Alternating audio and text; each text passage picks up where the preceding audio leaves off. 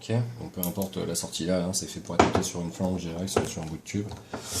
Alors il y a des vis BTR sur le dessus, donc on peut mettre le chrono en route, hein, il est 15h22. Donc tu défais les trucs gentiment. Faut surtout bien utiliser hein, la bonne clé BTR. Hein. Parce que si tu défonces les vis, eh ben tu défonces les vis. Alors, petit conseil pareil pour la Domeforge, parce que vu qu'il y a deux ressorts dedans, en fait, quand tu défais les vis, elle va pousser comme ça. Donc tu débloques un peu toutes les vis, gentiment. Ici, on défait ça. Alors, hop. Voilà, on sent déjà la dome qui commence à s'ouvrir. Alors ça peut se voir ici, là, en fait, là. Coin, coin. Ah, ça se voit ou pas? Ouais. Ok. Voilà.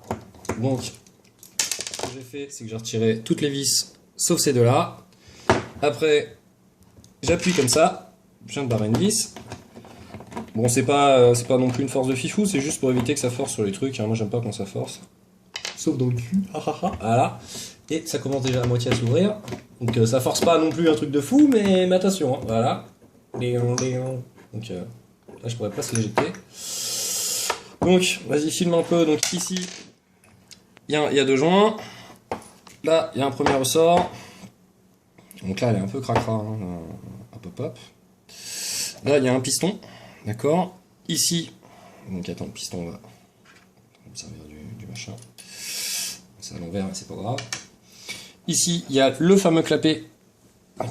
Le fameux clapet avec le ressort. Et souvent, c'est celui-là qui pète. C'est ce ressort-là. Si j'arrive à le défaire. Voilà, c'est ce ressort ici, là. Le petit, là. Et le clapet. Donc là, je passe mon doigt par là. Et hop. Donc c'est un clapet sans plastique dur. Hein. Voilà. Ici, sur la portée, là. Donc quand ça chie, souvent, c'est parce que c'est dégueulasse. Un peu comme là. Elle est dégueulasse. Mais ça peut être pire que ça. Et voilà. Donc voilà. Et alors donc tuto remontage, hein, on remonte le ressort sur le machin. Donc il doit s'enquiller dedans. Voilà, là il s'enquille pas dedans, donc voilà pas. On se l'a remis à l'endroit ou pas? De Dieu!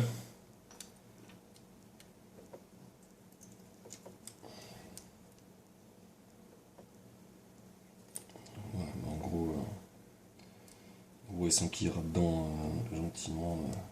Putain, elle est dégueulasse. Voilà, c'est parce que c'est gras. Il y a de la merde, alors du coup ça va pas bien. Donc le petit machin.